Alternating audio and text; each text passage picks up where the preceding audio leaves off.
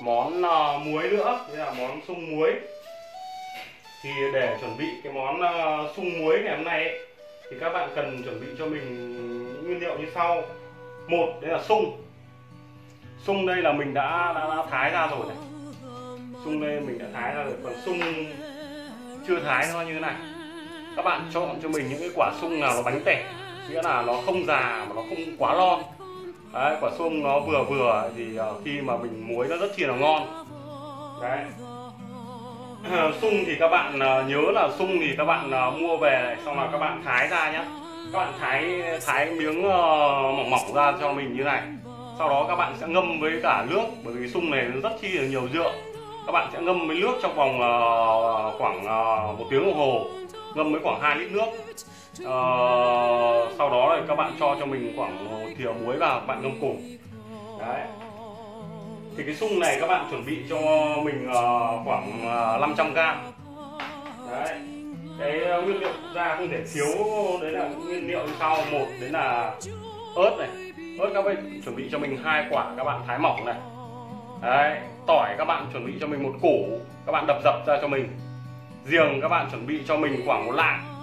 Thì 1/3 các bạn thái sợi ra cho mình như này. Và 1/3 các bạn giã nhỏ ra cho mình. Đấy. Tiếp theo đó là đường,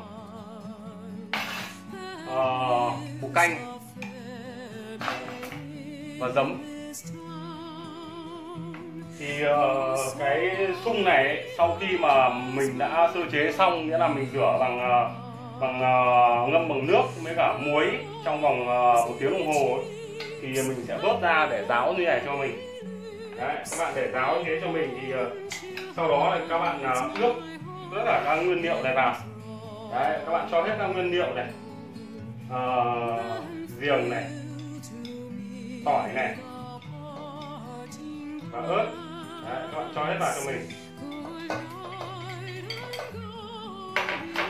Đấy. Cái bước tiếp theo ấy là đường. Đường này ấy, thì mình sẽ cho 2 muỗng canh to như này.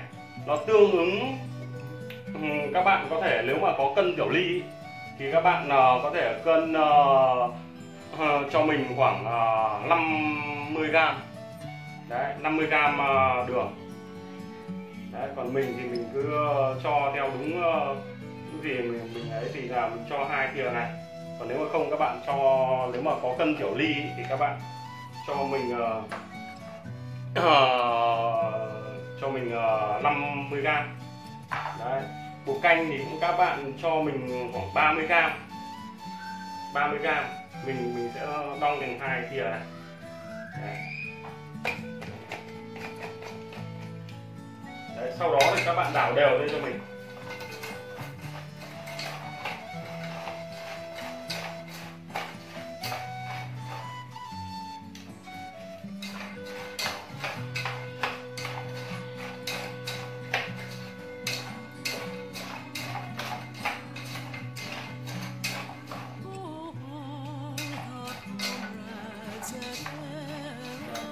Như vậy là chúng ta đã hoàn thành được khoảng 50% ấy, cái công đoạn của cái sung muối sổi này rồi. Đấy, cái bước tiếp theo là các bạn sẽ để, các bạn ướp xong như này, các bạn để cho mình khoảng nửa tiếng đồng hồ để cho gia vị nó ngấm hết đã. Đấy, sau nửa tiếng đồng hồ thì các bạn tiếp tục các bạn cho mình 200ml giấm. Đấy, ở đây là mình dùng cái giấm trắng này, giấm trắng trung thành này. Đấy, thì mình sẽ cho 200ml. Đấy, 200ml giấm vào. Đấy, khi mà các bạn mà cho 200ml giấm vào xong thì các bạn sẽ để trong vòng khoảng 1 tiếng đồng hồ đến 1 tiếng rưỡi đồng hồ để gia vị ngấm hết. Đây là cái sung của mình sau khi đã ướp được nửa tiếng. Đấy, thì tiếp đến là mình sẽ cho giấm vào. Ở đây là mình đã ước chừng giấm của mình. Giấm ở đây của mình là chai nửa lít, nhưng mà mình đã ước chừng và mình chỉ cho khoảng 200ml thôi, Đấy. Các bạn cho mình 200 ml giấm vào. Đấy. Với các bạn nào mà chưa ăn ngay ấy, thì các bạn để ở ngoài cho mình khoảng 1 tiếng. Sau đó là các bạn để vào hộp nhựa, các bạn để vào ngăn mát tủ lạnh. Đấy, để các bạn có thể dùng dần.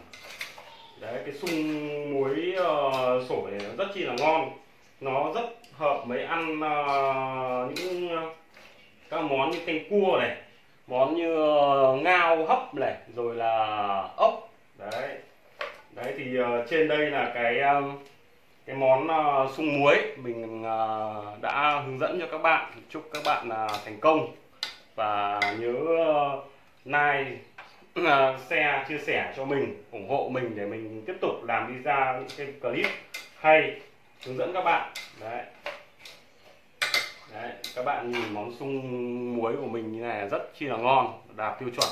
Đấy, cái này của mình ấy mà để khoảng tầm 1 tiếng, hơn 1 tiếng ấy, các bạn sử dụng nó rất chi là ngon. Đấy, đấy, mình chúc các bạn thành công.